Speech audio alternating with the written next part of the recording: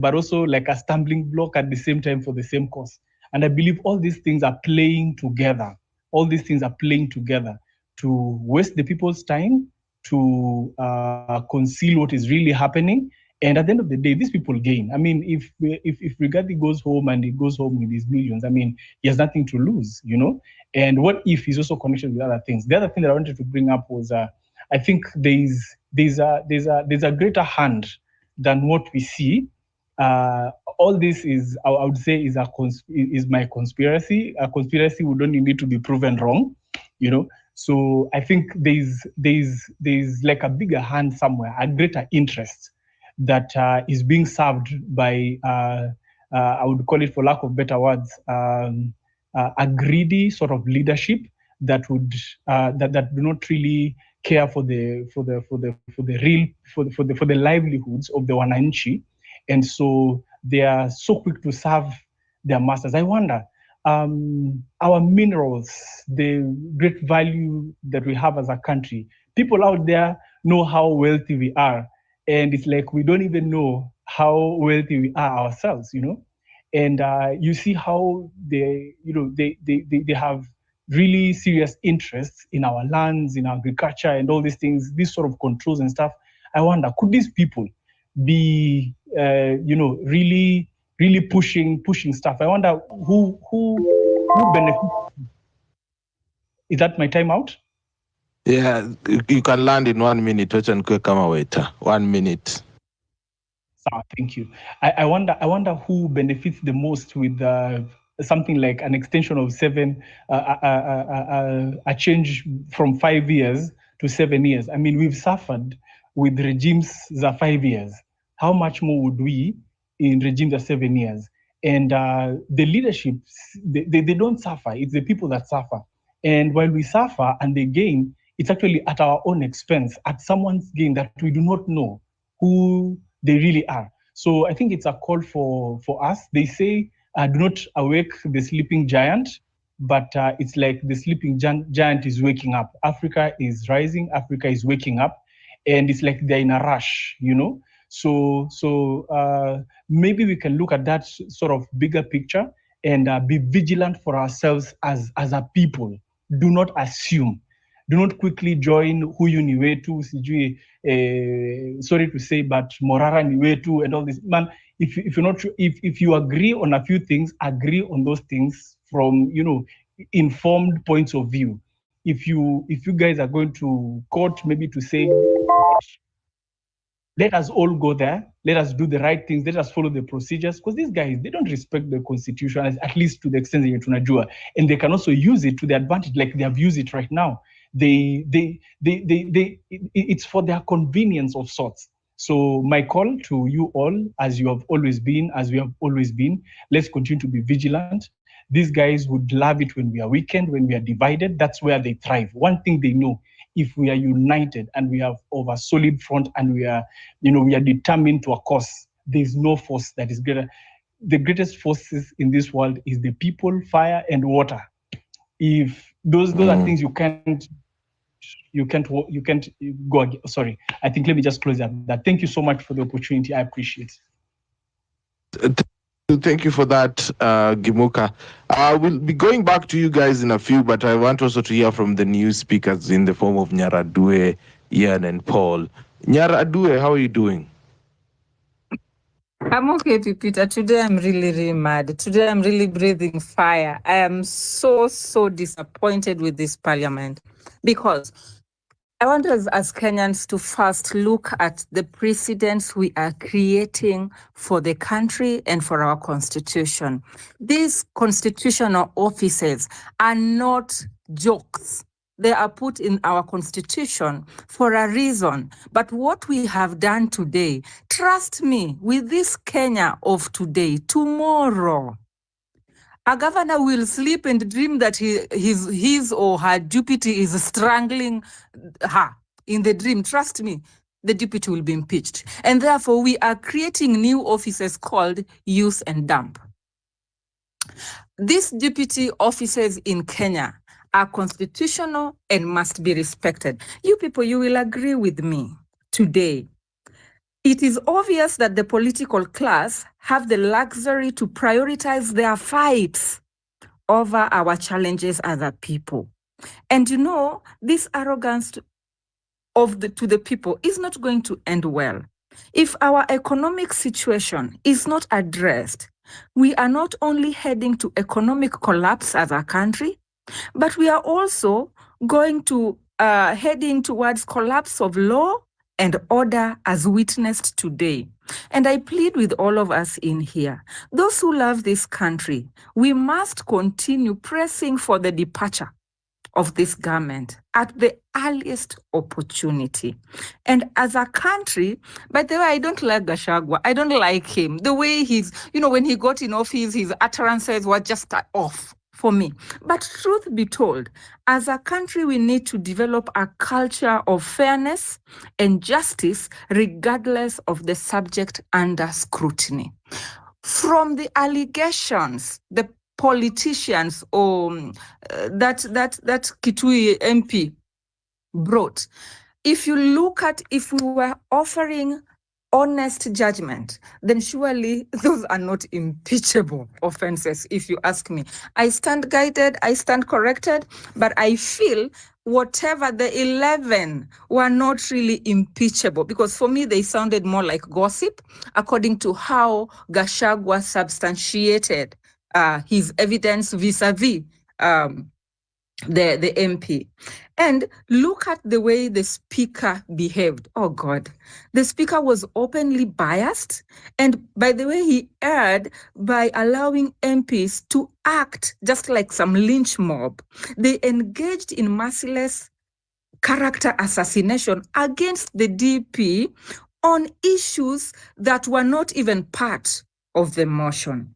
The DP in himself had no mechanism or even opportunity to respond to this allegation. And so for me, I felt this was more of character assassination of our DP. And therefore, as I conclude, I feel that as a people, let us send this government home as early as yesterday. We cannot continue like this, and this disregard of the Constitution is going to hurt us more, because we are going to devolve, what is it called, dictatorship, from the national level to the county level. That is to say, we are removing leaders from human to animals. I rest my case. Thank you, Pipita.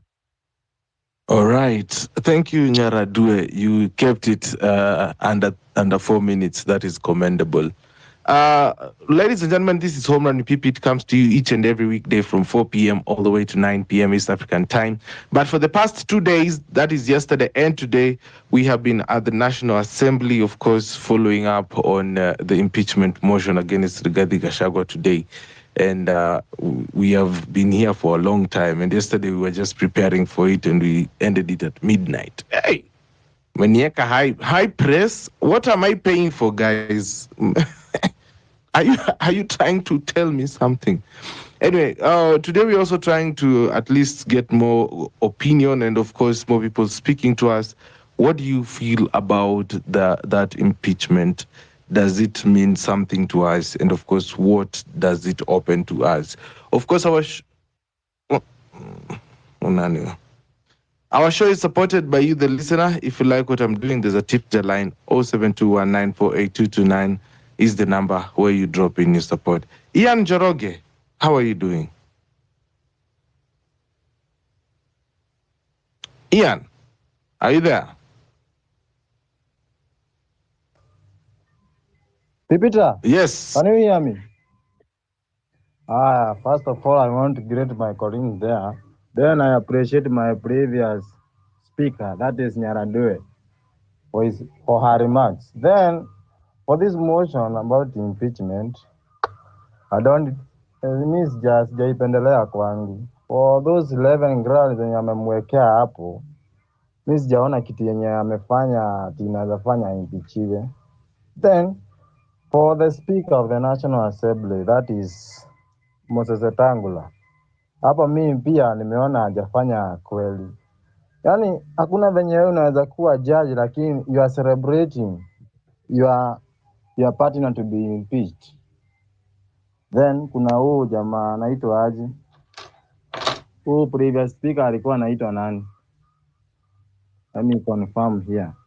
Gimuka amefanya remarks zingine hapo ati he's about the impeachment because Gachagua anaongea mambo ya mountain. Hiyo ni sawa, hata yeye Pipita, for your correction to this, kama yeye maybe uko leader mahali fulani, si you have the right to kutetea watu wako, si ndio Pipita? Yeah, but sasa unajua wewe ni deputy president, unafaa utetee the whole country, ama mimi nafikiria aje? Wewe ukikuwa deputy president, you're not a deputy president from where you come from. Ama ungekuwa tu MP. Yeah. Ama unaniambia nini? Yeah, sikatai, lakini unajua Gachagua alisema hapo jana, I think I followed that interview, akasema yeye si ati anatetea Mount Kenya juu yeye ni president, ni deputy president wa Mount Kenya. Hapana, yeye anatetea watu, kila mtu yani. Lakini sasa hii impeachment, mimi kwangu, for example, huyo jamaa anaitwa Motuse, mpaka vitu zingine naona anakorektiwa hapo, anaambiwa sijui shamba ilikuwa mahali fulani. For me, I want to congratulate the deputy president. Ameonyeshana yeye ni mtu mwenye yani ako na confidence yake ya kuongea, lakini wengine hapo wanastuka. Why are MPs wanauliza president aongezee security, then they are thinking they are doing the right thing. That means hakuna kitu wanafanya chenye wanaona ni kizuri kwa Kenya ama kwa Mkenya mwenzake. Thank you for your time. Mimi sina mambo mingi. Asante Ian kwa hiyo submission yako. Wewe unajua kidogo nitoe manyaunyo, ungesikia tu hapo. Yeah. Unajua hawezi sema eti deputy president ni wa Mrima peke yake. Bona nipewe nyaunyo Pipita. Kwa sababu unajua deputy president according to the constitution is the second in command in the country and he serves the whole country. Sawa? The other correction ingine ungenipigia nyaunyo. Unasikia ungenipigia. Hiyo peke yake. Sawa. Lakini tunastahili kuwa united hata kama mambo ya impeachment yanaendelea. Hiyo haituhusu sasa sana. Wacha waendelee na venye wanataka. Haya, asante sana Ian for your submission. Wacha tusikie kutoka kwa Paul Nguni. How are you doing, Paul? I'm fine. Karibu kwenye show. Tuombe. Kwanza, the entire process is political. There's nothing like, and maybe let me remind you, in as much as unasema this seat, the deputy president represents the entire nation. Let me remind you, when these guys walikuwa wanatafuta the running mate, that is the Ruto and the Raila and the rest, their mouth was on the Mount Kenya. Walikuwa wanajua without the Mount Kenya votes hawagewin. So number one, ndo maana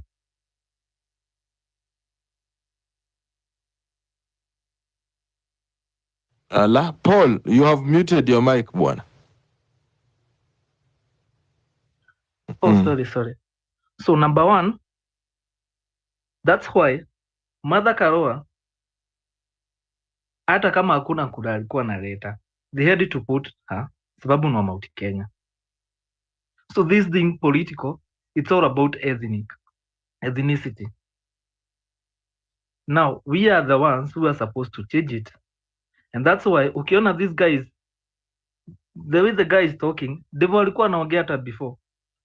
Another issue ni issue ya Gladys Sholei, yeah? You see, the same guy who is calling Gachagua corrupt is the same guy mwenye alimrepresent kwa case ya corruption ile ya 200 million. So these guys are not being serious. They are not being genuine. The entire process was just shaboric. Yani hakukuwa na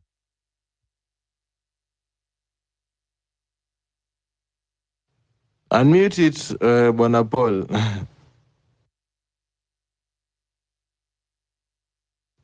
Paul tengeneza simu bwana. Paul, kwani ana mute mic? Anamute kwa nini? Kwani anaogopa? All right. I don't think Paul Abu, refresh your microphone and talk to us. Brian King, habari.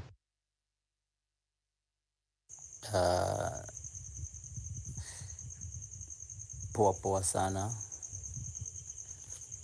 Maoni yako ni gani? Mimi venye wamefanya parliament leo, wamefanya ujinga kabisa. Unajua kuchuja mtu, hao watu walikuwa wote pamoja. Alafu pia unaona ni kama Rigathi alikuwa anajaribu kutetea upande wa Mountain. Maana ukiangalia ma-CEO wengi wa Kenya sasa, ukianza kwa Port wapi, Ruto ameweka watu wake. So Rigathi ni kama alikuwa anaona huyu jamaa anataka kunionyesha mimi unyonge. Na wakati wakiomba kura walikuwa ni kama kwa maoni yake alikuwa anaona itakuwa 50-50. Labda Mountain 50 na uko 50. So baadaye Ruto anataka sasa kumuonyesha unyonge. But vile ameenda ni sawa, wacha aende. Si tubaki tunaongoja 2027 tutafanya chini.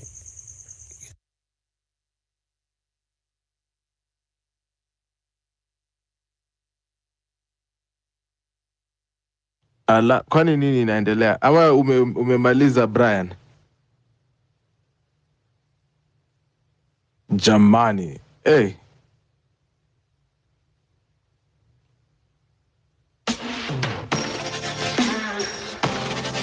This is the home run with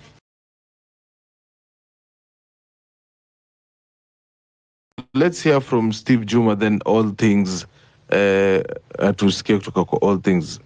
Steve, how are you doing? Thank you bro. Unajua nilikuwa nasikia huyo jamaa akiongea, huyo brother hapo. Unajua sasa tuko Kenya, labda ashakuwa abducted, so tunaomba ako safe. Okay, I'm not a happy man this evening, and in fact I began to be very worse from yesterday. Things are not adding up in this country.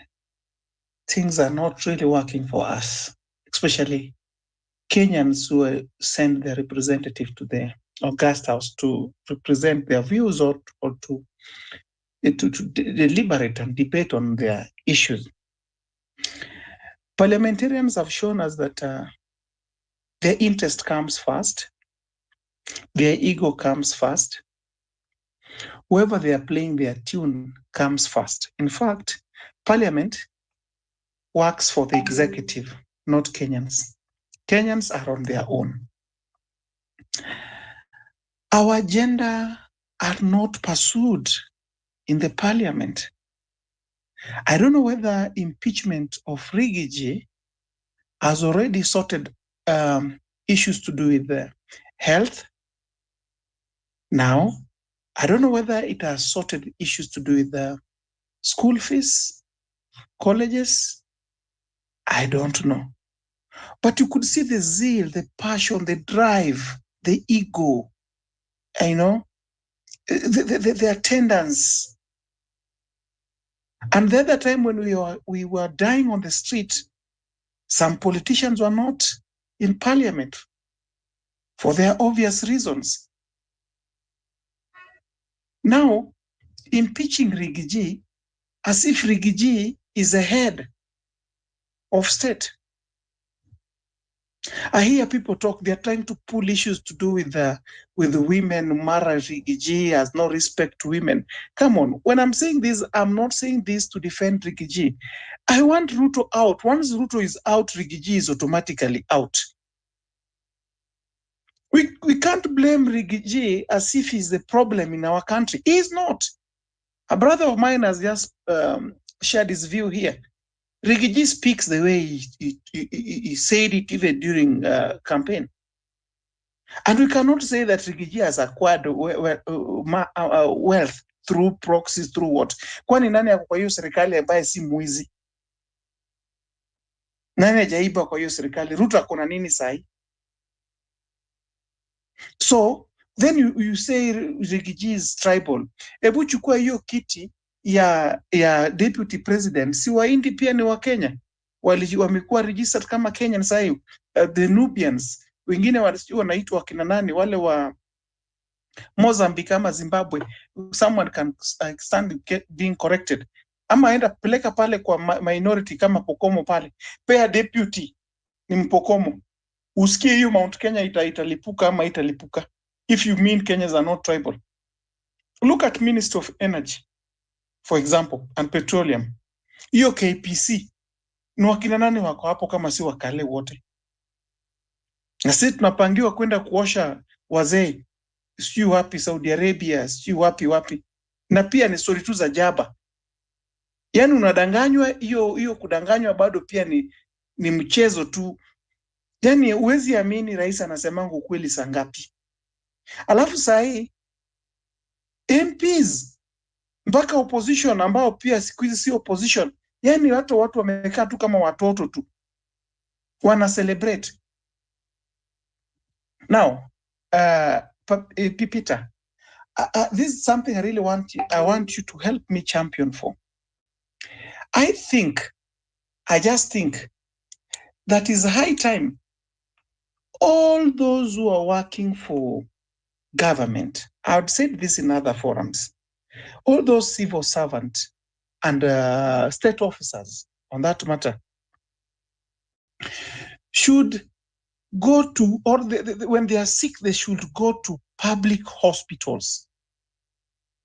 Kama we ni governor, aende Mama Lucy, asiende Aga Khan. We can't pay you through our taxes, give you a good medical cover. Wewe ukiwa mgonjwa, wewe unaenda wapi? Aga Khan. Wewe unaenda kwa those high-end hospitals, alafu kwa the media unatupigia stories za jaba vile you've taken drugs to Mama Lucy, umepeleka nini Mbagathi, madaktari umepeleka, na wewe mwenyewe hujai kanyaga hizo vitu, hujai kuwa admitted kwa hizo vitu ambazo ziko death trap.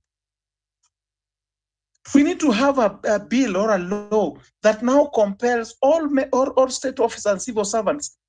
Because there's no way you tell me you work for the government to ensure that the facility, you put up the infrastructure of the government. Somebody works for the Minister of Health, lakini hajaingia kwa hospitali ya public hiyo anafanyia kazi. Someone works for the Minister of Education. But they have never gone to. These are continuous. Yes. Continue. That was someone else. Continue. Thank you. Someone works for the Ministry of Health, bro. Lakini huyu mtu hajawahi enda hata kwa hospitali ya nini ya serikali, haijui. Mtu anafanya kwa Ministry of Education, ambao wanapanga vile watoto wengi wanasoma, wanafanya nini, lakini yeye watoto wake wamepelekwa Australia. Anaongea vitu tu ambaye anasoma kwa gazeti, ndiye anajibu nayo watu. Alafu akienda pale, sisi tunapiga makofi. Unapiga makofi, umetozwa ushuru, alafu mtu anakuja kufungulia barabara, wewe unapiga makofi na pesa ni yako. Who are we and where are we? So I think this one will bring equity. Asijui kama mimi ndio najielewa mwenyewe.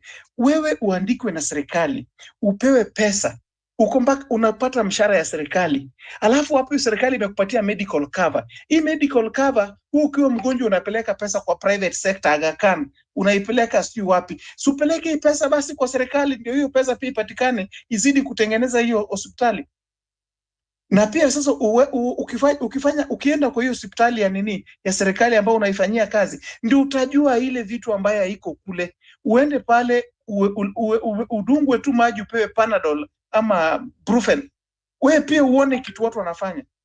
Iwe inakuwa ni process kubwa sana. Kama wewe ni ofisa wa serikali, unataka kuwa moved from a public hospital to a private for further treatment, iwe ni kibarua ya kuandika mafomu kama zile za insurance, wewe unaambiwa bado wanasubiri approval, ubaki hapo bado kama bado tunasubiri approval.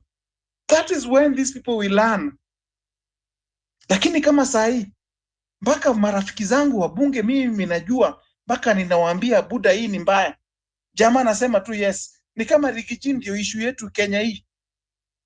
Mimi ukiniuliza, Rigiji hana makosa. No one is not tribal. Sorry, I'm a Luo, and it's the wrong thing here to say in such forums. But I will defend my Luo akiwa shida sana. I'm first an African, I go to a Kenyan, from Kenyan I will go back to my Luo, back to my wherever charity begins at home. That is for nature of human being. You will defend your people first. But he only failed to know that he's a public figure. Angepunguza maneno fulani. But all said and done, sisi tuko, mimi nataka Ruto atoke like yesterday. I am sick and tired. But we pray God is on our side. Lakini na wabunge tuwapatie mtihani. Kujeni na mabili sahi tupeleke pale. Mtu tu amuke tu na mabili na tupeleke pale, watu wastie time tuwasalamie. That is all. I don't think there's anything you're going to get from that bunge, from what I've seen. Yeah, I don't think there's anything you're going to get from that bunge. It is the hope that kills. All things, Nungari, habari yako? Hi, Pipita. Thank you for the opportunity. Nimekuwa na shida ya mic, but I think sahi mnanisikia. Yeah, loud and clear. Let me just give my 2 cents about this whole circus that's going on in our country right now. First of all, I'm very, very, very disappointed in the way things are. Just like any other Kenyan, our country, we gave our country to the dogs. And now we are here, like we look stranded and we look lost. But this is what I would like to say. I'm hearing people talking. People are bitter. People are educated. People are they have an understanding of what's going on. But what lacks is an agenda to take people back to the streets, because everybody's in pain. And the only thing that's going to save us is the streets. We can come to spaces, we rant. We can go to, in every space that comes, you hear people talking, how they are disappointed, how they are suffering. I know someone who, at the beginning of this regime, had like 8 matatus. And as we speak right now, amebaki na matatu 3 kwa barabara. That's how bad it's getting. Hata anashindwa familia atalisha na nini. But now, as much as we are ranting, issue ya Rigiji, that's not our fight. That's not our fight. So we should be focusing on ourselves. Today we have learned something. Hawa watu leo walikuwa wamejaa parliament, meaning when they have something that favors them, they can work. They can work day and night to make and within a very short time.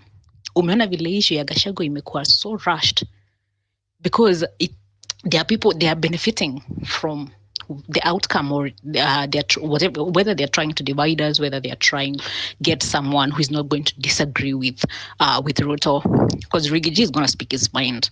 Whether Ruto itamfurahisha ma itamfurahisha, that's for a fact.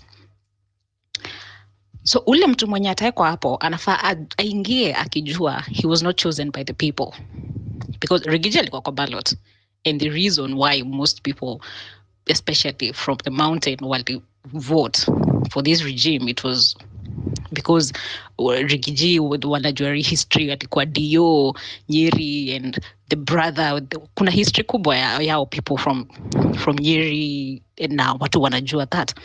So ndio maana people cast that vote. So ni sawa wanaweza mseparate, and that is their business and whatever they are benefiting from that. But why are people not coming out to address like the real issues? Tuna focus on what this parliament is doing.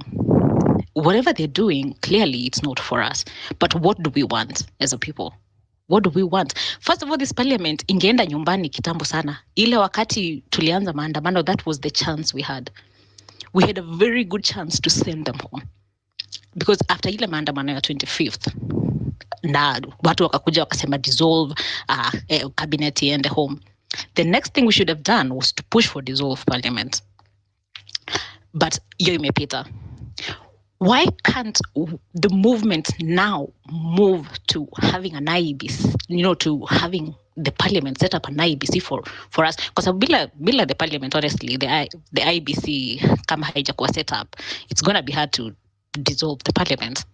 According to our constitution, that's going to be hard. It's not going to be hard. It's going to be impossible. Let me say impossible. So why are people not pushing for the IEBC?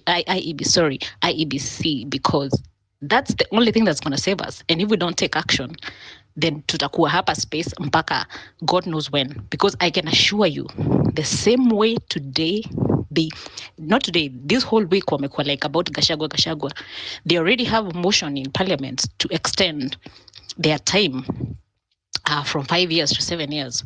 So what makes you think that's not going to happen in the next 1 week? Na tuko hapa, we are very, very comfortable. We are very comfortable tukisema, oh, no, ati Mungu atatusaidia. Let me tell you, if we don't take action ourselves, hey, tutaona kivumbi, because at year 2027, there will not be an election. I can assure you of that. And people, until watu wasikia wako uncomfortable enough, kwa sababu what this government is doing, it's pushing our limits. Waone how far we can go. Wanajua tutakuja to run space, and there is really nothing much we can do about it. So I want everybody up at Quay space to go around to 200 and almost 300 people. So why can't you start wewe mwenyewe? And kama unajua some bigwig, why can't you help us push the agenda to have an IEBC in place? Because leo tumeona these people can work, and they can work fast. But until tuwa push vile tuliwa push year 27 and the cabinet was dissolved, the same way we can push them to have our agendas set on the table, discussed, and wapitishe vile tunataka, kwa sababu hawaizi pitisha bila sisi kuwa push. That is one thing for a fact.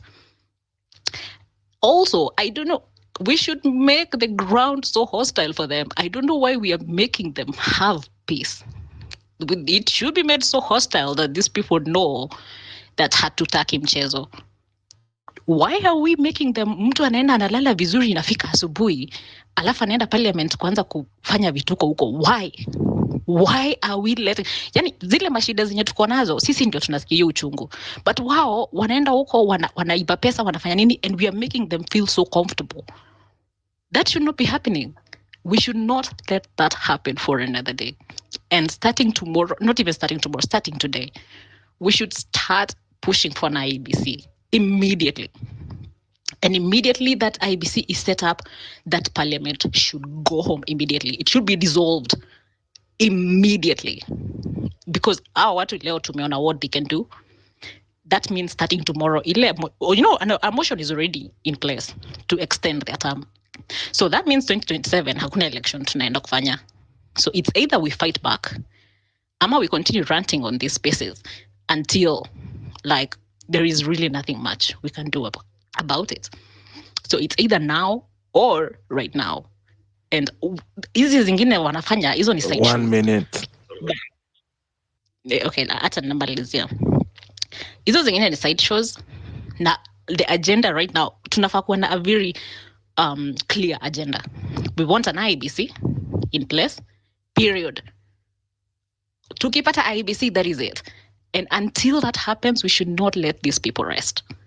Whether it's your area MP, especially your area MP, we are in different places as we speak. We should not let these people rest. We elected them. Wanafaa wajue sisi ndio wanafanya kazi. And if you're comfortable with what is going on, wacha tuendelee kukua tu hivyo, kwa sababu asiwezi fanya kazi peke yangu, huwezi fanya peke yako. What they're trying to do is to divide us. But if we unite once again, I know this is going to be possible. This is going to be, usisikize hizo side shows zao, sijui mnaelewa what's going on right now. But if we focus on IEBC, I can assure you in the next 1 month kutakuwa na change. But wewe, mimi, tuanze kupush mambo ya IEBC. Please, I am begging you, can we get this done? IEBC. Sahi hakufai kuwa na talk ingine until an IEBC is set in place. Those are my sentiments. Thank you, Pipita, for hosting the space today. And okay, nita drop two nisikize what people have to say, but I want you please to push hii agenda ya IEBC. Hizo All vitu right. zingine. Okay, thank you for that. And of course, I think you can see that list that I've put out I'm coming up with a new focused list of points to address. And of course, number one on that is the reconstitution of IEBC. Number two is SHIF. Number three is Adani airport takeover. Yeah, so those are the things that I have on my focused list right now. Request microphone. If you have not seen me accept your mic, the high chances are I have not seen it. I am not censoring you. Hi, we are on the final hour of Home Run with PPT. These 2 days have been very heavy for me, but tomorrow we'll be back on normal programming at 4 p.m. East African time. Nimesikia fatigue na nusu. But we still have 1 hour to the top, to midnight, where we'll end it for today. It request the microphone and let me hear from you. Of course, if you are joining us, the real Joe, habari yako? I'm very good, Pipita. How are well, you? Bro. Okay, thank you for the mic. I've heard sentiments from previous speakers. I wish to beseech the other speakers who have just spoken and are saying they are sad about the current state of affairs and the impeachment of the deputy president. I wish to beseech them and ask them to be happy instead of being sad. Let's stop this narrative of political process and whatever any other process that we'll ever talk about. That is a narrative, an ideology, and I stand corrected. But what is really politics? Politics is basically activities that relate to matters governance. I mean, that is just the basic definition of politics. So anything to do with governance is politics in itself. But we don't have to wish away everything and say that is a political process. Removal of the deputy president is a constitutional process. It is there in our constitution under Article 150, and it is clearly stipulated on grounds which a deputy president can be removed. But I also understand that we are trying to look at the manner in which he's being impeached. And I always say, whenever your enemies are fighting, don't try to strengthen either of them. Let them slaughter each other, let them kill each other, let them weaken each other. They are both our enemies, aren't they? We want both of them to go, don't we? That is what we want. If Rigathi goes, we are left with one person to deal with. Of course, they are going to appoint a new person. But let me tell you one thing. It is very, very important and fundamental that we allow this process to continue. And I'm very happy that the impeachment has gone through. Even though it is also such a circus that someone like Didmas Baraza, who is facing murder charges, corruption charges, can say that the deputy president has grossly violated the constitution. It's laughable. I really don't care about that. My main actually idea is the removal of deputy president has occurred. It has occurred. Has he not violated the constitution? He has. I mean, we don't need 11 grounds to impeach the deputy president. We don't need 11 grounds. The deputy president holds an office of the highest, or actually the highest office in land, because he is the principal assistant to the president. That is one office as per our constitution. And therefore it is the highest office in land. This office is required to be a symbol of national unity as per our constitution. Just one ground is enough. We are used to looking for hard evidence. Our constitution is very clear. Our constitution requires us to select leaders who represent us based on chapter 6. And whenever we miss that point, we will always have these issues. We cannot now start to say that the wealth, we cannot discuss the wealth of the deputy president, yet it has been in question even before he took over the office. It was in question even before he took over office. He was in prison for that. He was in jail for that. We cannot question that, but he was given a chance to become a deputy president. Yet, chapter 6, leadership and integrity requires us to select leaders based on just basic integrity and leadership principles. And we have failed to do this, yet we complain later on. It is wrong. Right now, and I will borrow this from Martin Luther King. We are made by history. We have had a general election that has been annulled, and that is why matters IBC have been to very great concern in our country, because we had an annulled general election. If we have a deputy president impeached, that is history. It will make us, the next person coming to hold that office will know how to conduct themselves. When we have an impeached deputy president, we are just one step closer to having an impeached president. It is one step closer to having an impeached president, which is something that, a discussion that if you try today to discuss the impeachment of a president in our country, you are slaughtered in broad daylight. It is such a sensitive matter to discuss. No member of parliament in this parliament will ever try, even those who voted, the 44 who voted against the impeachment of Gachagua, who support Gachagua, none of them will try to bring that motion. I promise you, because it has always been perceived to be a very sensitive issue in our country. But with the impeachment of a deputy president, we are a step close to achieving this. We only need to ensure that our constitution does not want us to talk about things, corruption, on a leader like a deputy president. Because before we give a leader like a deputy president a chance, or a member of parliament, or an MCA, we need to scrutinize them based on chapter 6. But even so, we ignore some very fundamental articles in our constitution. For example, Article 10, that talks about national values and principles of governance. Basic principles of governance. I'm landing with Peter, thank you. Basic principles of governance: human dignity, patriotism, national unity. We miss those. If you go to Article 73, responsibility of this leadership, these leaders that we give opportunities, they are supposed to be servants of the people, not bosses. But we having bosses. These are articles that all these leaders are violated. And just based on that, even before without talking about corruption, these are grounds of impeaching these people. Because that is all leadership is about as per our constitution. Therefore, whenever this process has gone through, let it go through. I support it. And I look forward to a day when we'll have an impeached president. Let us not beat our chest here, because this has been the issue we've had in this movement. We want the big wins, and we cannot get them the way you want them to be gotten. You have to face reality. You have to face the reality. We will not get there as the parliament is currently constituted right now.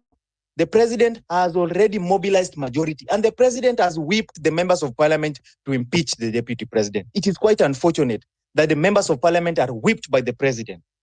If we had the members of parliament work as per Article 95, they would have even reviewed the conduct of the president himself.